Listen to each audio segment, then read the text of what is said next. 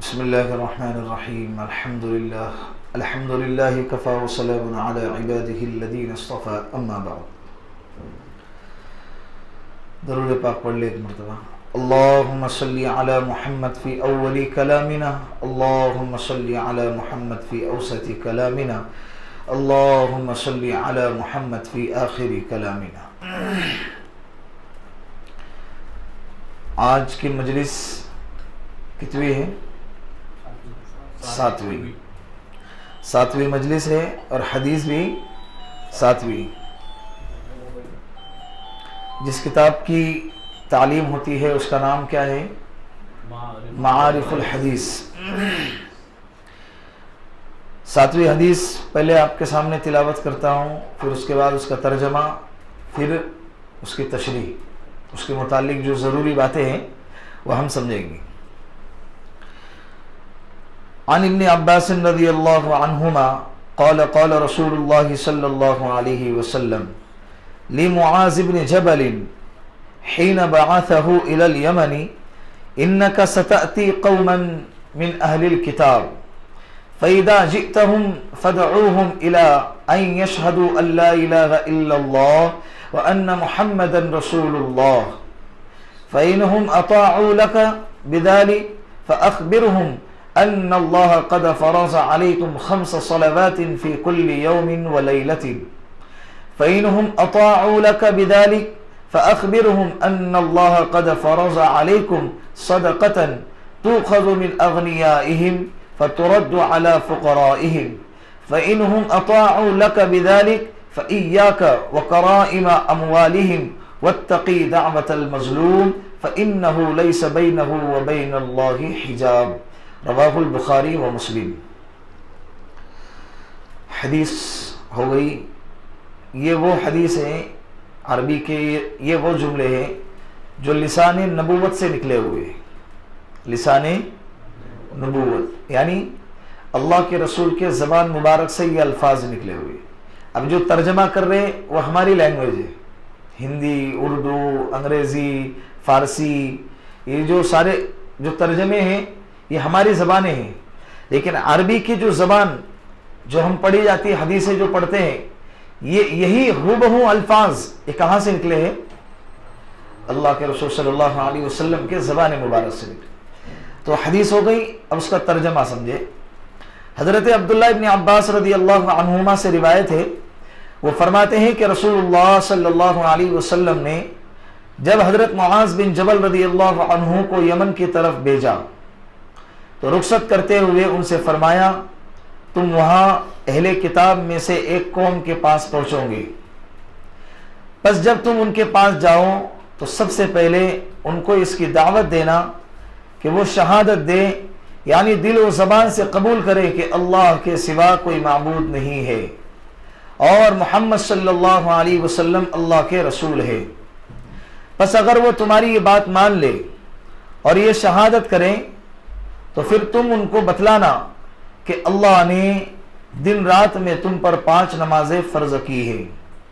پھر جب وہ اس میں سے تمہاری اطاعت کریں تو اس کے بعد تم ان کو بتلانا کہ اللہ نے تم پر زکوٰۃ بھی فرض کی ہے جو قوم کے مالداروں سے لی جائیں گی اور اسی کے فقراء و مساکین کو دے دی جائیں گی. پھر اگر وہ تمہاری یہ بات بھی مان لے تو پھر زکوٰۃ وصول کرتے وقت چھانٹ چھانٹ کے ان کے نفیس عمدہ اموال نہ لینا، عمدہ مال نہ لینا، اور مظلوم کی بد دعا سے بہت بچنا، کیونکہ اس کے اور اللہ کے درمیان کوئی پردہ نہیں ہے. یہ روایت ہے بخاری اور مسلم میں. امام بخاری رحمۃ اللہ علیہ اور امام مسلم رحمۃ اللہ علیہ نے اس حدیث کو نقل کیا ہے. یہ حدیث ہو گئی اور اس کا ترجمہ ہو گیا. تھوڑی دیر کے لیے توجہ دے، بہت اہم باتیں آج کے مجلس میں آئیں گی.